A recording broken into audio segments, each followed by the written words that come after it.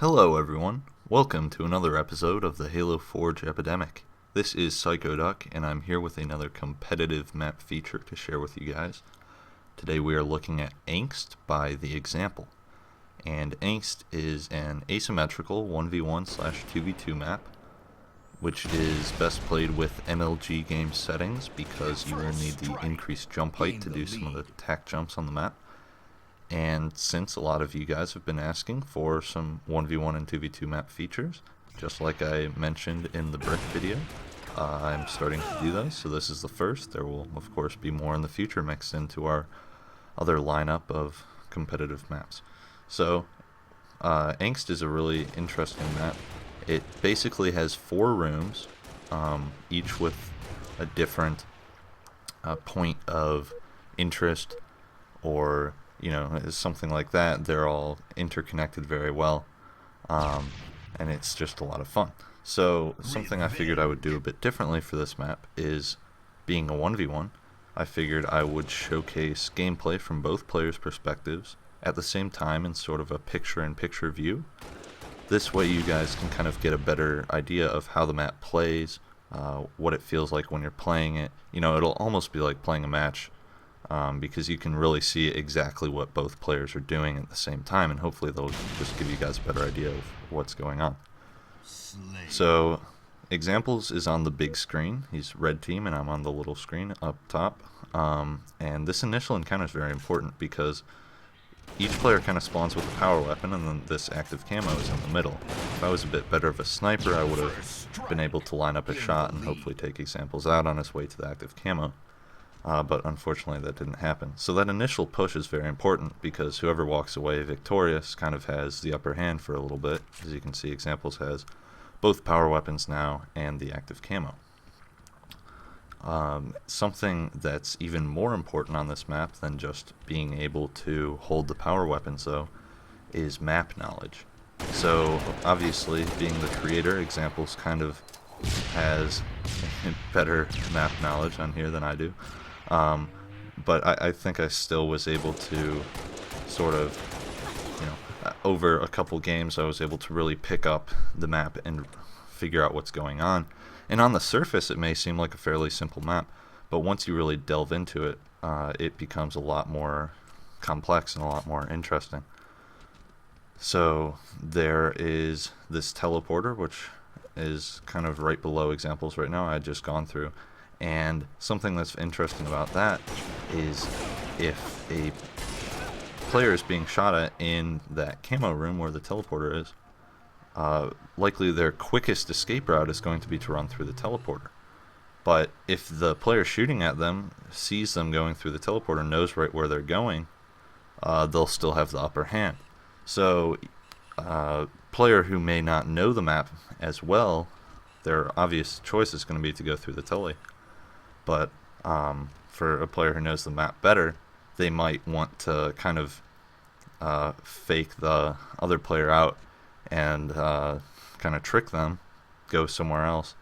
And that's just something that's very interesting here. You can do a lot of that. You can do some sort of bypassing with that tack jump where Xzamples was. He kind of was standing right outside the room I was in with me not quite knowing where he was, and you'll see some flanking going on in that position throughout the match.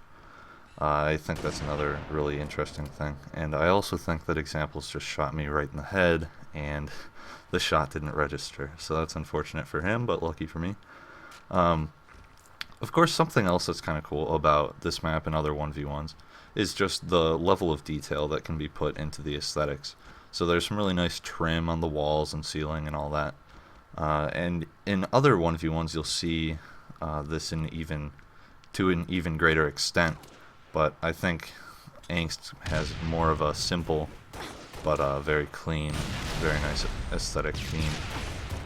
Whereas a lot of 1v1 maps have a very sort of texture-heavy, very busy aesthetic. But it is kind of nice, especially coming from a big team forger like me, to see some of the finer detail that can be put into these maps. And I think that that kind of just makes it interesting. I mean, if you're just fighting in a small enclosed space, it might as well be interesting to look at. And of course, the advanced player movement that you get on these maps is just fantastic.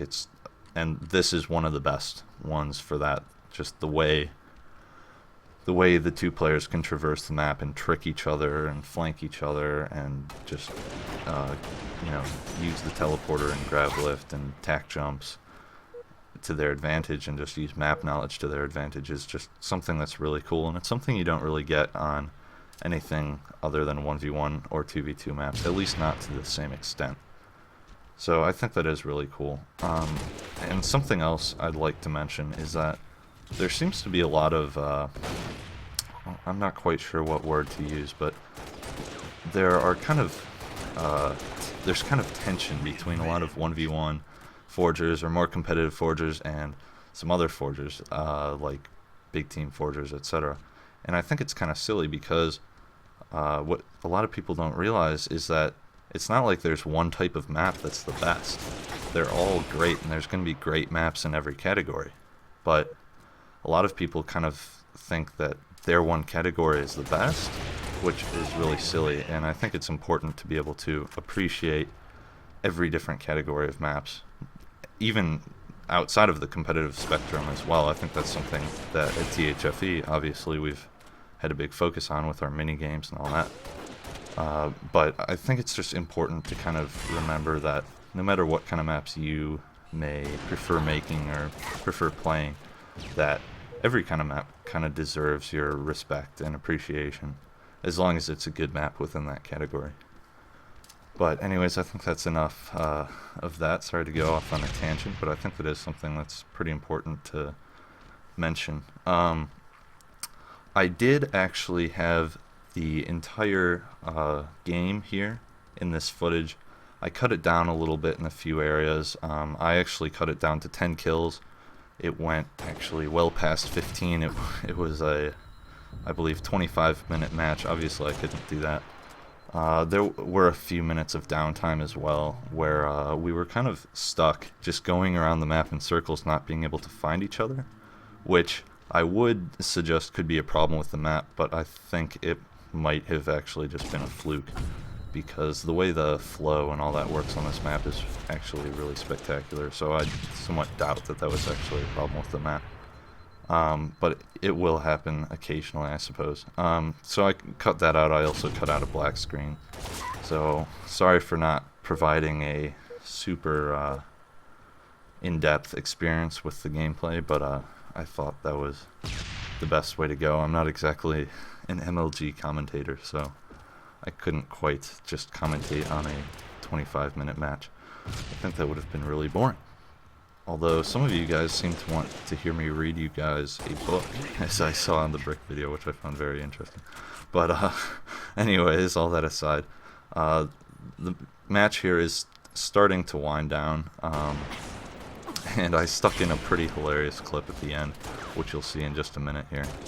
But as you'll notice, Xzamples has been winning the whole time, and that kind of circles back to what I was talking about with map knowledge.